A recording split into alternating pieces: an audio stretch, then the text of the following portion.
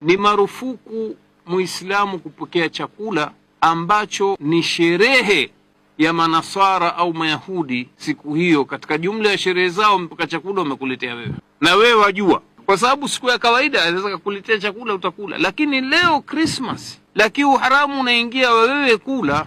Kwa nini? Kwa sababu umeshirikiana nao katika kuadhimisha ile siku ambayo asli yake ni batili kwa mtazamo wa sheria ya Kiislamu.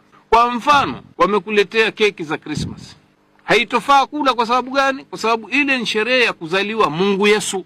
Sasa wewe ukila, maana na mimi pia nafurahi, happy Christmas, happy, ushaletewa maji keki, oh happy Christmas, unaona, itikia waita na watoto na nini, mkala kwa raha kabisa. Hili ni kosa kwa sheria ya Kiislamu.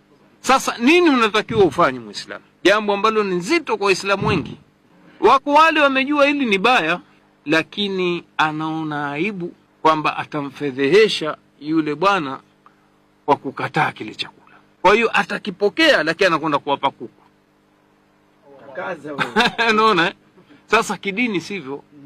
Yule kapotea, mnusuru. Aya zimekuja ni da'wa kwetu sisi kwa hawa, ud'u ila sabili rabbika, mlinganie, umtoe kwenye shirki ile na maasi yale na maovu yale.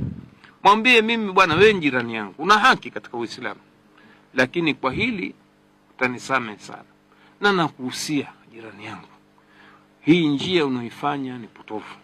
Kwa njia nzuri tu, hakuna toka hapa mletea ushirikina wako hapa, kwa njia nzuri. Kwa hiyo mimi samahani, sitopokea hiki chakula, lakini ukiniletea siku nyingine ya kawaida, ahlan wa sahlan.